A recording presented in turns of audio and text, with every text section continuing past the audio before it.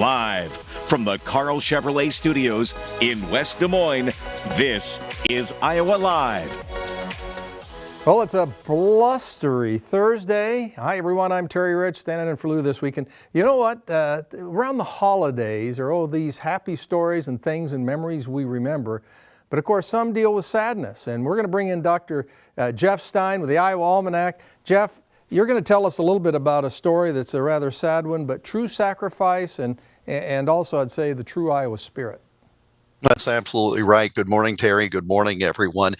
We're going to remember today one of the deadliest fires in Iowa history, and it prompted sweeping changes in the way fire departments train. Shortly after 8 o'clock in the morning on December 22nd of 1999, fire broke out in Melissa Cooper's apartment in Keokuk. It was one of three in a century-old two-story house there. She was awakened by her 4-year-old son, Jacob, who said there was a fire. She and Jacob escaped, and firefighters soon arrived to put out the fire and rescue Melissa's 3 other children. They did rescue her 2-year-old twins, Robert and Rebecca, but sadly they died a short time later. 3 firefighters re-entered the building to save 7-year-old Jessica, but they were caught in a deadly flashover.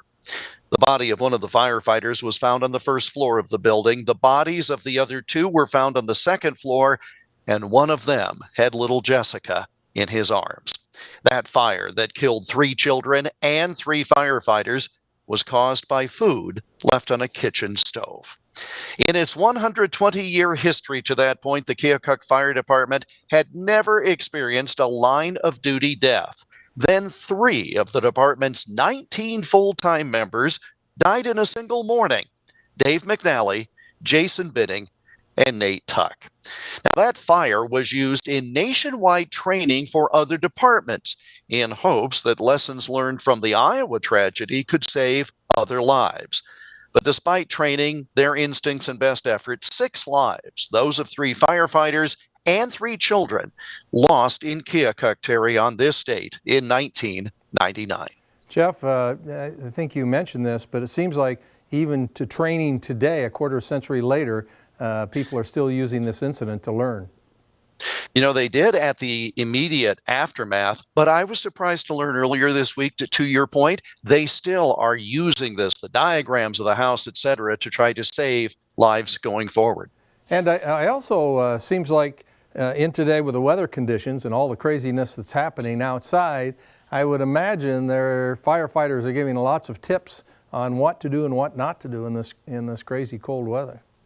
Especially for folks who have portable generators. We don't use them that often. We often do it incorrectly. We have all of these things we plug electrical devices in. Some of those can start fires. The generators can lead to carbon monoxide. So we have to be very, very careful when we hunker down at home, even during these wintry times. Well, we all, I think the story is that you remember your Christmas when you were 6 and you try to relive that happiness from every day thereon. When you hear a sad story like that, it's a good way today to kind of appreciate and think about all the good things that are happening within our families, within our communities, and within our state.